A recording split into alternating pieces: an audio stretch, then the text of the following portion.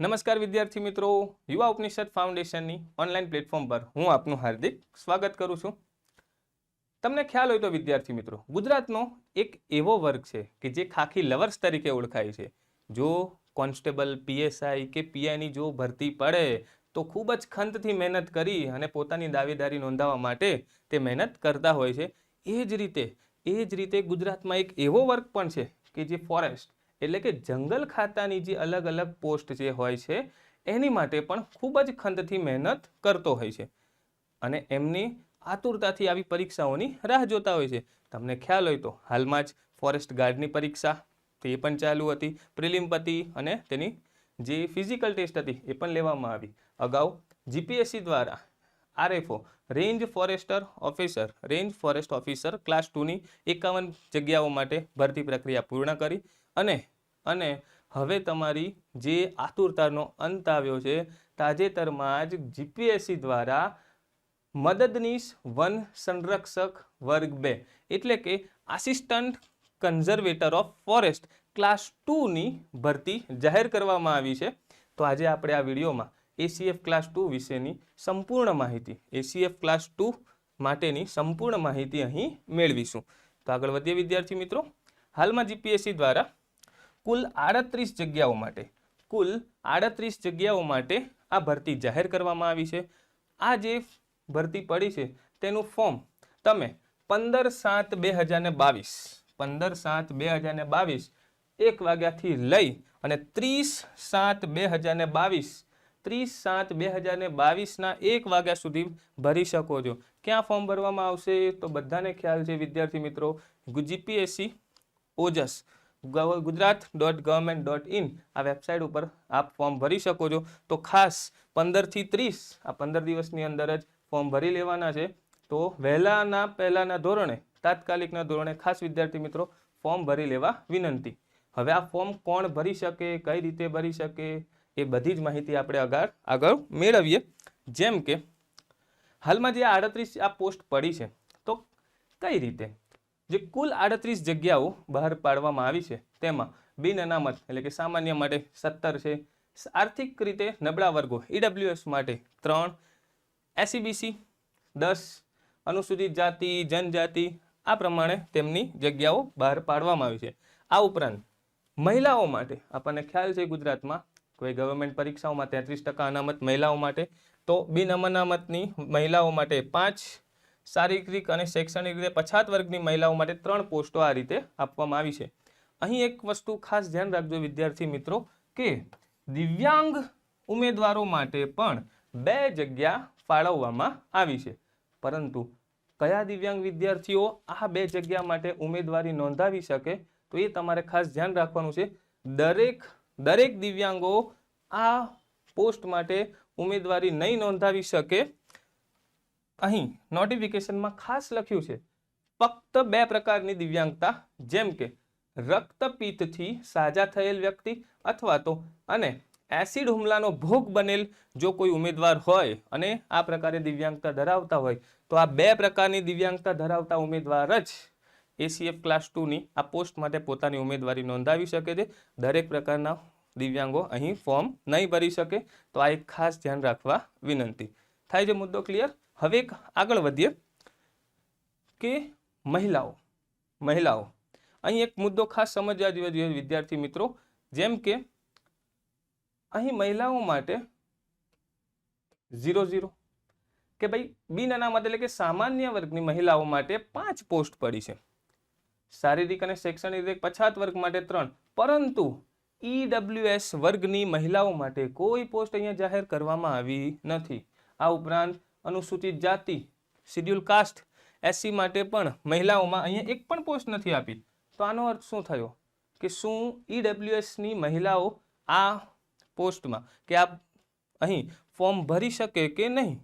આ એક ખૂબ જ ખાસ ધ્યાન રાખજો. અહીં એક સમજવા જેવો મુદ્દો છે. જેમ કે જો જીપીએસસીના જે આ નોટિફિકેશનમાં જણાવવામાં આવ્યું છે કે જાહેરાતમાં મહિલા ઉમેદવારો માટે જગ્યાઓ અનામત ન હોય તો પણ જે તે કેટેગરીમાં મહિલાઓ ઉમેદવારી માટે અરજી કરી શકે છે. પરંતુ અહીં કઈ રીતે, એક મુદ્દો ખાસ ધ્યાન આપજો, ઉંમર જેમ કે ઈડબ્લ્યુએસ ના મહિલા વર્ગ માટે એક પણ જગ્યા જાહેર નથી થઈ. તમને ખ્યાલ હશે કે વય મર્યાદા શું છે કે ભાઈ જીપીએસસી માટે વય મર્યાદા તો ગુજરાતમાં અત્યાર સુધી હતું કે ભાઈ 20થી લઈને 35 વર્ષનો કોઈ પણ પુરુષ ઉમેદવાર કે 35 વર્ષ સુધીનો કોઈ પણ પુરુષ ઉમેદવાર જીપીએસસીની કોઈ પણ ભરતી માટે પોતાની ઉમેદવારી નોંધાવી શકતો હતો.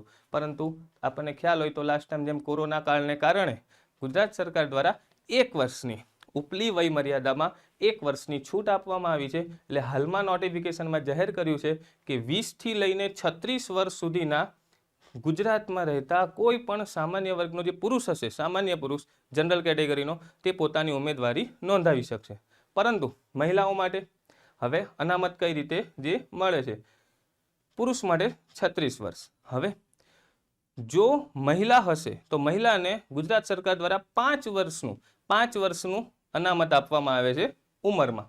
5 વર્ષની જે આ વધારાની છૂટ જે મળે છે, તો કોઈ પણ વર્ગની મહિલા, પછી એ જનરલ કેટેગરીની હોય, એસસી હોય, એસટી હોય, ઈડબ્લ્યુએસ હોય કે ઓબીસી, એસસીબીસી, તેમને 5 વર્ષની વય મર્યાદાની છૂટ મળે છે. આટલો મુદ્દો ક્લિયર. આ ઉપરાંત જો કોઈ મહિલા એસસી, એસટી, ઈડબ્લ્યુએસ કે ઓબીસીમાંથી આવે તો વધારાના 5 વર્ષ, કુલ 10 વર્ષની તેમને અનામત મળતું હોય છે. એટલે કે સામાન્ય જનરલ કેટેગરીની મહિલાઓ માટે 5 વર્ષનું છૂટ, જ્યારે એસસી, એસટી, ઓબીસી અને ઈડબ્લ્યુએસની મહિલાઓ માટે કુલ 10 વર્ષની છૂટ મળતી હોય છે. એટલે કે હાલમાં જે 36 વર્ષ જે છે એમાં 5 વર્ષ ઉમેરો, 41 વર્ષ સુધીની મહિલાઓ આમાં ઉમેદવારી નોંધાવી શકે. હવે ધ્યાન રાખવાનું છે ઈડબ્લ્યુએસમાં. ઈડબ્લ્યુએસ મહિલા માટે કોઈ પણ પોસ્ટ જાહેર નથી થઈ, તો શું તેઓ ફોર્મ નહીં ભરી શકે? ભરી શકે. કઈ રીતે? કે જો ઈડબ્લ્યુએસ મહિલા કે જેમને 41 વર્ષ પૂર્ણ જો ન થયા હોય, આ પરીક્ષાની જે છેલ્લી તારીખ છે ફોર્મ ભરવાની 30/7/2022 સુધીમાં જો 41 વર્ષ પૂરા ન થયા હોય તો તેઓ ફોર્મ ભરી શકે છે. અને ફોર્મ ભરશે તો ભલે તેમના ઈડબ્લ્યુએસ મહિલા માટે કોઈ જગ્યા નથી, પરંતુ આ મહિલાઓ ઓપનના જે જગ્યા છે, ઓપન જનરલ કેટેગરીની જે જગ્યાઓ છે, એમાં પોતાની દાવેદારી નોંધાવી શકે છે અને પાસ થઈ શકે છે. માટે ઈડબ્લ્યુએસ મહિલા એ પણ ફોર્મ ભરી શકે છે અને આ પરીક્ષા પાસ કરી પણ શકે છે. તો ખાસ ધ્યાન રાખવું. અહીં લખ્યું છે કે જેમ કે મહિલા ઉમેદવારોની અનામત જગ્યાઓ સિવાયની બાકી રહેતી જગ્યાઓ ફક્ત પુરુષ ઉમેદવારો માટે અનામત છે તેમ ગણવાનું થતું નથી. આ જગ્યાઓ પર પુરુષ તેમજ મહિલા ઉમેદવારની પસંદગી માટે વિચારણા થઈ શકે છે. જેમ કે અહીં ઉદાહરણ દ્વારા પણ આપ્યું છે કે જો કુલ 10 જગ્યાઓમાંથી 3 જગ્યા મહિલા ઉમેદવાર માટે અનામત છે, પરંતુ બાકી રહેતી 7 સામે મહિલા ઉમેદવાર પણ પોતાની પસંદગી પામી શકે છે. ક્લિયર. અને એ જ રીતે જો કોઈ મહિલા ઉમેદવારો માટે જગ્યાઓ અનામત હોય પણ જે તે કેટેગરીમાં પુરુષ ઉમેદવાર પણ અરજી કરી શકે છે, પુરુષ ઉમેદવાર પણ અરજી કરી શકે છે અને મહિલા ઉમેદવાર ઉપલબ્ધ ન થાય તો આ જગ્યા ઉપર પસંદગી માટે પુરુષ ઉમેદવારની વિચારણા થઈ શકે છે. નોટિફિકેશનમાં ક્લિયર લખ્યું છે, તો આ ખાસ ખ્યાલ રાખવા વિનંતી. ડન. અહીંથી આગળ વધીએ. આગળ જોઈએ કે હવે કોણ આ પરીક્ષા આપી શકે. આ સૌથી મોટો સળગતો મુદ્દો અને ઘણા વિદ્યાર્થીઓને અહીંયા ઘણા ગૂંચવાડા થાય છે કે હું પરીક્ષા આપી શકું કે નહીં. તો એક અહીંયા મુદ્દો આ ખાસ ક્લિયર કરી લઈશું કે નોટિફિકેશનમાં ખાસ લખ્યું છે કે કોઈ પણ વિદ્યાર્થી કે જેને સ્નાતક કર્યું હોય, આજે અલગ અલગ વિષયો આપ્યા છે, botany, chemistry, geology, mathematics, physics, statistics, zoology, આ 16 જેટલી અલગ અલગ શાખાઓમાં જો સ્નાતક થયા હોય અને ખાસ શું આ 16માંથી કોઈ પણ એક કેવો હોવો જોઈએ? મુખ્ય વિષય, પ્રિન્સિપલ સબ્જેક્ટ હોય તો તમે આ પરીક્ષા માટે ઉમેદવારી નોંધાવી શકો છો. આ ખાસ યાદ રાખવા વિનંતી. જો આ 16માંથી કોઈ પણ સબ્જેક્ટ તમારો કોઈ પણ એક મુખ્ય વિષય હોય તો તમે ઉમેદવારી નોંધાવી શકો છો, ફોર્મ ભરી શકો છો. અને ખાસ તો અહીંયા જોવાનું છે સાહેબ કે ગુજરાતના બધા જ એન્જિનિયરિંગના વિદ્યાર્થીઓ, પછી એ કોઈ પણ એન્જિનિયરિંગ હોય, મિકેનિકલ, સિવિલ, ઇલેક્ટ્રિકલ, કોઈ પણ એન્જિનિયરિંગના વિદ્યાર્થી હશે તો તેઓ અહીં ફોર્મ ભરી શકે છે. ક્લિયર. તો એક આ મુદ્દો ખાસ યાદ રાખવાનો છે. અને એક બીજી પણ વસ્તુ કે ભાઈ ફોરેસ્ટ્રી, અને એ પણ કેવા? બીએસસી ફોરેસ્ટ્રી જે વિદ્યાર્થીઓએ કર્યું હોય, બીએસસી ફોરેસ્ટ્રી જે વિદ્યાર્થીઓ કર્યું હશે તો તેમને આ પરીક્ષામાં 10% વધારાના ગુણ મળવાના છે. 10% વધારાનો ગુણ મળશે કોને? કે જેણે બીએસસી ફોરેસ્ટ્રી કર્યું હોય. અને 10% વધારાનો ગુણ ક્યાં મળશે? પ્રિલિમમાં નહીં મળે, મુખ્ય પરીક્ષા અને રૂબરૂ મુલાકાત. કે ભાઈ મુખ્ય પરીક્ષાના જેટલા પણ માર્ક્સ આવશે, આ ઉપરાંત ઇન્ટરવ્યુમાં જે પણ માર્ક્સ મળશે, એ બંનેના કુલ માર્ક્સના 10% માર્ક્સ એમને વધારાના ગુણ તરીકે મળશે. તો અહીંયા બીએસસી ફોરેસ્ટ્રી વાળા વિદ્યાર્થીઓ માટે ખૂબ જ ગોલ્ડન ઓપોર્ચ્યુનિટી અને ખૂબ જ સારો ચાન્સ છે. તો ખાસ તે આ તક ઝડપવા વિનંતી અને આ મુદ્દો તેઓ ખાસ ધ્યાન રાખે. આગળ જોઈએ. હવે એક મોટો સળગતો મુદ્દો, ઘણા વિદ્યાર્થીઓને એ મૂંઝવણ હોય છે કે ભાઈ હું મારા ગ્રેજ્યુએશનના છેલ્લા વર્ષમાં છું કે છેલ્લા સેમેસ્ટરમાં છું, તો શું હું સાહેબ આ ફોર્મ ભરી શકું કે આ પરીક્ષા માટે ઉમેદવારી નોંધાવી શકું? તો અહીંયા ક્લિયર કરી લેજો કે નોટિફિકેશનમાં ક્લિયર લખ્યું હોય છે કે જો કોઈ વિદ્યાર્થી હાલમાં છેલ્લા સેમેસ્ટરમાં કે છેલ્લા વર્ષમાં હોય તો તે પોતાની પરીક્ષામાં ઉમેદવારી નોંધાવી શકે છે. પરંતુ મુદ્દો શું યાદ રાખવાનો છે? જો જે તારીખ એટલે કે 30/7/2022 આ છે તારીખ છેલ્લી, કઈ ફોર્મ ભરવાની આ છેલ્લી તારીખ. જો કોઈ વિદ્યાર્થી છેલ્લા સેમેસ્ટરમાં હોય અથવા તો છેલ્લા વર્ષમાં હોય, પરંતુ 30/7/2022 કે જે ફોર્મ ભરવાની છેલ્લી તારીખ છે ત્યાં સુધીમાં જો તેમણે પોતાની છેલ્લી પરીક્ષા આપી દીધી હોય, ભલે રિઝલ્ટ નહીં આવ્યું હોય તો ચાલશે, પરંતુ જો પોતાની છેલ્લી પરીક્ષા આપી દીધી હોય તો તેઓ આ પ્રિલિમ માટે કે આ ફોર્મ ભરી શકે છે અને પ્રિલિમ માટે પોતાની ઉમેદવારી નોંધાવી શકે છે. જો આ 30/7/2022 સુધીમાં તેમણે છેલ્લી પરીક્ષા, પોતાના ગ્રેજ્યુએશનની છેલ્લી પરીક્ષા આપી દીધી હોય તો ફોર્મ ભરી શકે છે. પરંતુ પ્રિલિમ તમે આપી દીધી અને પ્રિલિમ પાસ પણ થઈ ગયા, તો પછી શું? મેન્સ માટે તો જ એલિજિબલ ગણાશો કે મેન્સ આગામી સમયમાં જ્યારે મુખ્ય પરીક્ષા માટે ફોર્મ ભરવાનું થશે અને એ મુખ્ય પરીક્ષાને ફોર્મ ભરવાની જે છેલ્લી તારીખ હશે એ છેલ્લી તારીખ સુધીમાં તમારી આ પરીક્ષાનું રિઝલ્ટ આવી ગયું હોવું જોઈએ અને તમારા હાથમાં પ્રોવિઝનલ ડિગ્રી સર્ટિફિકેટ હશે તો જ તમે જે મુખ્ય પરીક્ષા માટે ફોર્મ ભરાશે તો તેમાં ડોક્યુમેન્ટ જમા કરાવી શકો. તો આ પણ એક મુદ્દો ખાસ ધ્યાન રાખજો કે મુખ્ય પરીક્ષા તમારી જે ફોર્મ ભરવાનું છેલ્લી તારીખ આવે ત્યાં સુધીમાં તમારી પાસે પ્રોવિઝનલ ડિગ્રી સર્ટિફિકેટ આવી ગયેલું હોવું જોઈએ. થાય છે ક્લિયર? તો આ ખાસ યાદ રાખવાનું છે કે જે પણ રનિંગ જેમની ગ્રેજ્યુએશન છે એ વિદ્યાર્થીઓ માટે આ ખૂબ ખ્યાલ ધ્યાન આપજો. આગળ વધીએ. હવે જોઈએ કે આ પોસ્ટમાં લઘુત્તમ શારીરિક ધોરણો શું છે? કે ભાઈ પુરુષ ઉમેદવારો હશે તો તેમની ઊંચાઈ 165 સેન્ટીમીટર, અનુસૂચિત જનજાતિના પુરુષો માટે 160, મહિલા ઉમેદવારો માટે 158 અને અનુસૂચિત જનજાતિની મહિલા ઉમેદવારો માટે 156 સેન્ટીમીટરની ઊંચાઈ હોવી જોઈએ. જો ઊંચાઈ થઈ ગઈ હોય તો પછી છાતીના માપ આપેલા છે કે ભાઈ ફૂલાવ્યા વગર 79 સેન્ટીમીટર જેટલી છાતી ચેસ્ટ હોવી જોઈએ અને 5 સેન્ટીમીટર ફૂલાવાની રહેતી હોય છે, 84 થવી જોઈએ. આ છાતીના ક્રાઇટેરિયા. અને છેલ્લે આપેલા છે વજનના. જો ઊંચાઈ થઈ જતી હોય તો પછી વજનમાં એટલો કોઈ વાંધો આવતો નથી.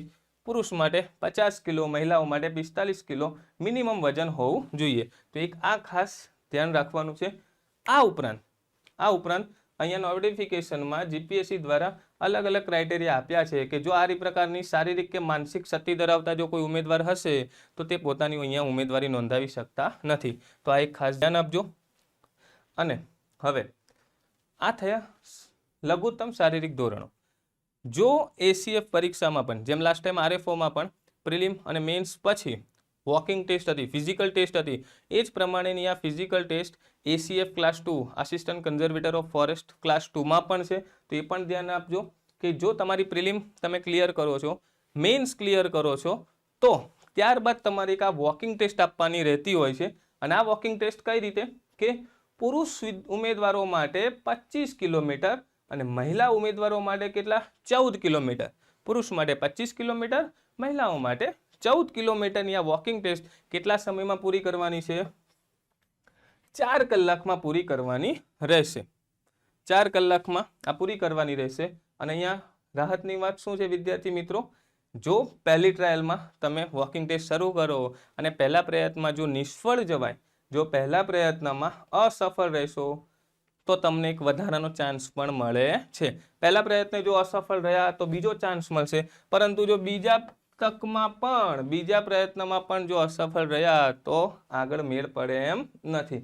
મુદ્દો થાય છે ક્લિયર? તો આ વોકિંગ ટેસ્ટ, ફિઝિકલ ટેસ્ટ પણ તમારે ખાસ ધ્યાન રાખવાની છે. પુરુષ ઉમેદવાર 25 કિલોમીટર, મહિલા ઉમેદવારો માટે 14 કિલોમીટર. આગળ જોઈએ હવે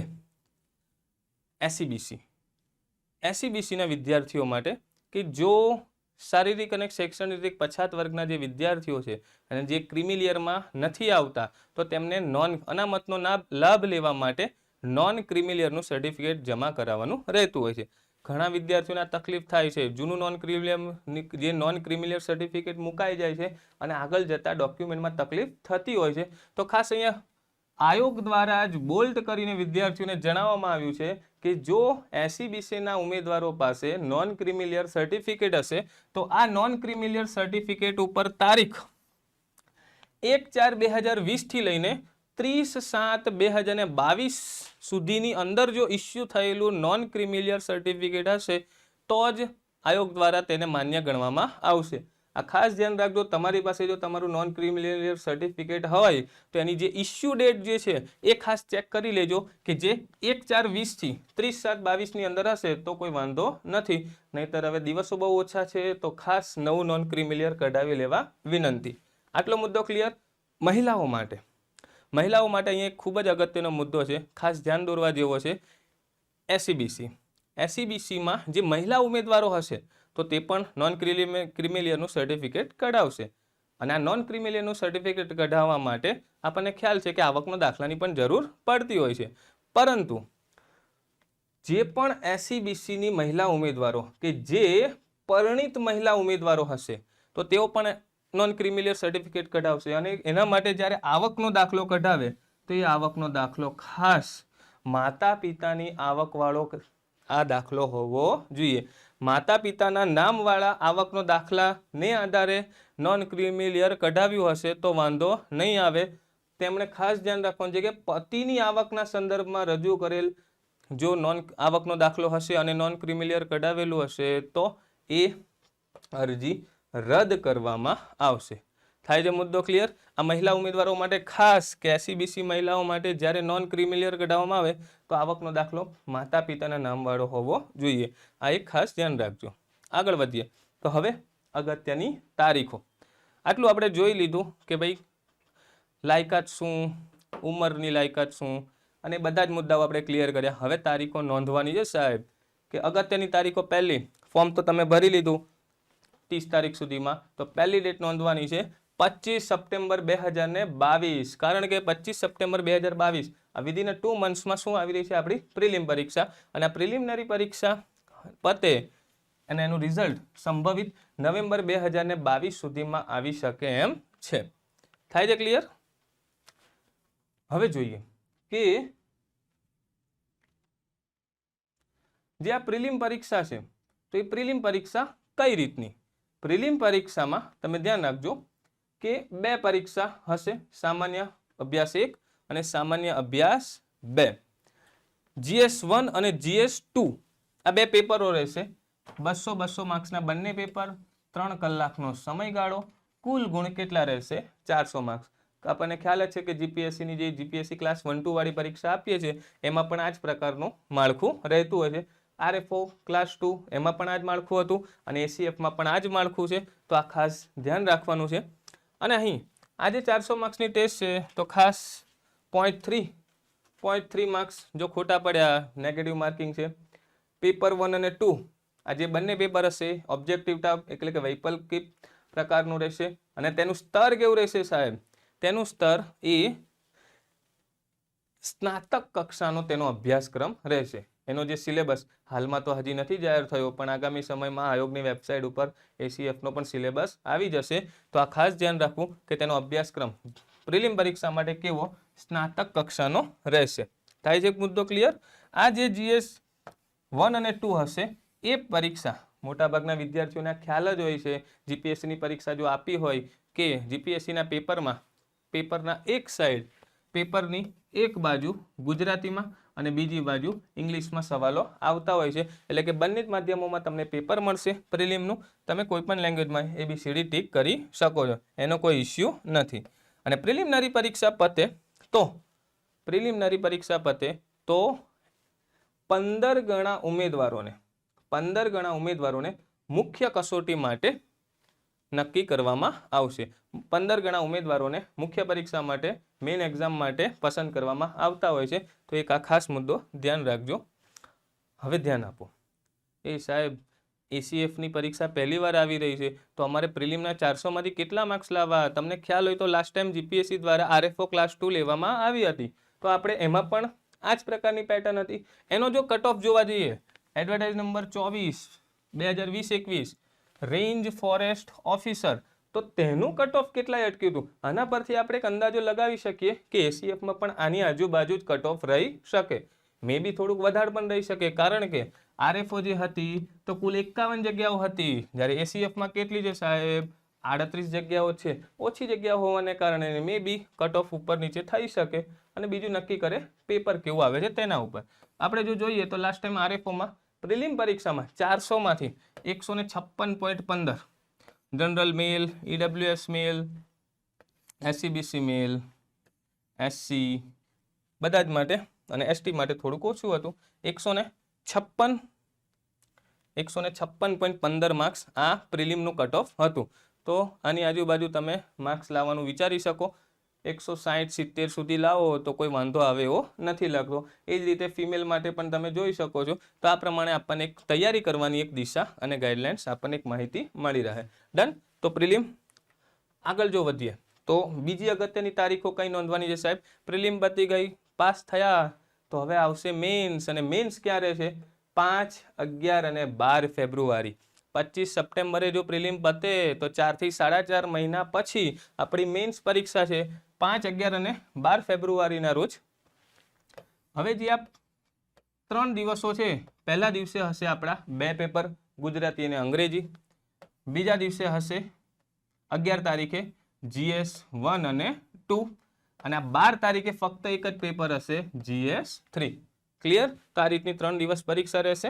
પછી મુખ્ય પરીક્ષાનું રિઝલ્ટ આવશે અંદાજિત મે 2023માં, અને ઇન્ટરવ્યૂ માટે અંદાજિત જુલાઈ 2023 સુધીમાં બોલાવી શકે છે. હવે આપણે મુખ્ય પરીક્ષા કઈ રીતની છે એ પણ જોઈ લઈએ. મુખ્ય પરીક્ષા તાજેતરમાં નોટિફિકેશનમાં જણાવવામાં આવ્યું છે કે મુખ્ય પરીક્ષા કુલ 5 પેપરો રહેશે. દરેક પેપરો 150 માર્ક્સના રહેશે. મતલબ કે મુખ્ય પરીક્ષાના કુલ ગુણ થયા 750. ગુજરાતી, અંગ્રેજી, ડિસ્ક્રિપ્ટિવ, GS1, GS2, GS3 સામાન્ય અભ્યાસ 1, 2 અને 3 એમ ટોટલ આ 5 પ્રશ્નપત્રો રહેશે. હવે દરેકના માર્ક્સ હશે 150, અને દરેક માટે સમયગાળો કેટલો મળશે સાહેબ? 3 કલાકનો. આટલો મુદ્દો થાય છે ક્લિયર? અહીંયા ખાસ જે મોટાભાગના વિદ્યાર્થીઓએ મેન્સ આપી છે એમના માટે કોઈ વાંધો નહીં, પરંતુ જે નવા વિદ્યાર્થીઓ છે એમને ખાસ અહીં જાણી લેવું કે જે ગુજરાતી અને અંગ્રેજી, ગુજરાતી ભાષા અને અંગ્રેજી ભાષાના પેપર હશે તો તે તમારે જે તે ભાષામાં જ લખવાના છે. ગુજરાતીનું પેપર ગુજરાતીમાં, ઇંગ્લિશનું પેપર ઇંગ્લિશમાં. પરંતુ આ GS 1, 2 અને 3, GS 1 અને 2 અને 3 એના માટે સાહેબ અમારે કઈ ભાષા લેંગ્વેજમાં પેપર લખવા? ગુજરાતી કે અંગ્રેજી? પહેલા આ બાયસ હતું, દાસા સાહેબે આ બાયસ આખું જ લેંગ્વેજનું બાયસ આખું કાઢી નાખ્યું છે. GS 1, 2 હોય કે 3, તમે કોઈ પણ લેંગ્વેજમાં પેપર લખી શકો છો. એટલે કે GS 1, 2, 3 આજે આ 150 માર્ક્સનું પેપર એટલે શું હશે? 15 ક્વેશ્ચન તમને પૂછાશે. 15 ક્વેશ્ચન, એક ક્વેશ્ચનના 10 માર્ક્સ. બધા જ પ્રશ્નો તમારા માટે ફરજિયાત રહેશે. 15 ક્વેશ્ચન, 10 માર્ક્સ, 150. ક્લિયર? હવે આમાંથી કોઈ પણ પ્રશ્ન તમે કોઈ પણ ભાષામાં લખી શકો. જેમ કે પહેલો પ્રશ્ન ગુજરાતીમાં લખો, બીજો ઇંગ્લિશમાં લખો, કોઈ વાંધો નથી. પરંતુ યાદ શું રાખવાનું છે? જે પ્રશ્ન જે ભાષામાં શરૂ કરો પૂરો પણ એ જ ભાષામાં કરવાનો રહેશે. ક્લિયર? જો ગુજરાતીમાં કરો તો ગુજરાતીમાં પૂરો કરો, 2 સવાલ ઇંગ્લિશમાં લખો, ત્રીજો પાછો ગુજરાતીમાં લખો, તો કોઈ જ વાંધો આવતો નથી. તો આ પ્રકારે છે, તો ખાસ ધ્યાન રાખજો. જૂના વિદ્યાર્થીઓને વાંધો નહીં, પણ જે નવા વિદ્યાર્થીઓ હશે એમના માટે આ ખાસ જાણી લેવું અગત્યનું છે. થાય છે ક્લિયર? તો આ થઈ મેન્સ કે જે 750 માર્ક્સની આ કુલ પરીક્ષા છે.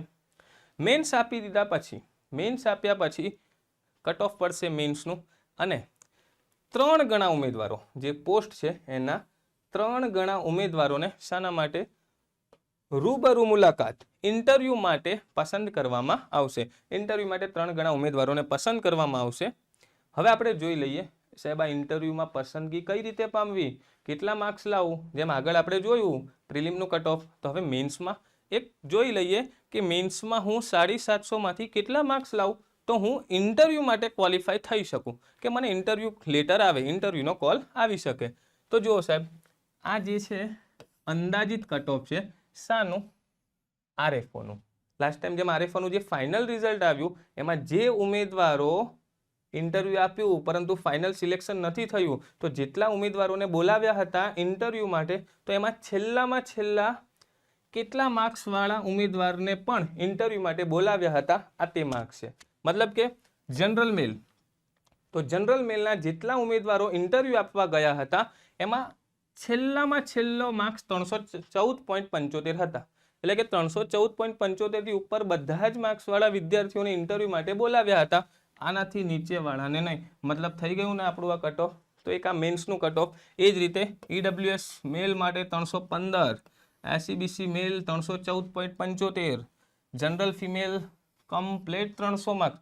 850માંથી 300 કે 300 થી ઉપર લાવો તો ઇન્ટરવ્યૂનો કોલ આવી શકે. જે કટ ઓફ આપણે બનાવ્યું છે એ કેવું છે સાહેબ, અંદાજિત કટ ઓફ. જીપીએસસી દ્વારા કે આયોગ દ્વારા ડાયરેક્ટ જાહેર કરવામાં આવ્યું નથી, પરંતુ આ આપણી સહુલિયત માટે કે મેન્સમાં કેટલા લાવીએ તો ઇન્ટરવ્યૂમાં પહોંચી શકીએ, તો એ માટેના માર્ક્સ છે. તો એ ખાસ ધ્યાન રાખવા વિનંતી. ડન. આગળ વધીએ કે ભાઈ મેન્સમાં આટલા માર્ક્સ આવી ગયા, તો હવે ઇન્ટરવ્યૂ કેટલા માર્ક્સનું રહેશે, 100 માર્ક્સનું રહેશે આપણું આ ઇન્ટરવ્યૂ. તો 750 માર્ક્સની મેન્સ અને 100 માર્ક્સનું આ ઇન્ટરવ્યૂ, એમ ટોટલ 850 માર્ક્સમાંથી આ ફાઇનલ સિલેક્શન થતું હોય છે.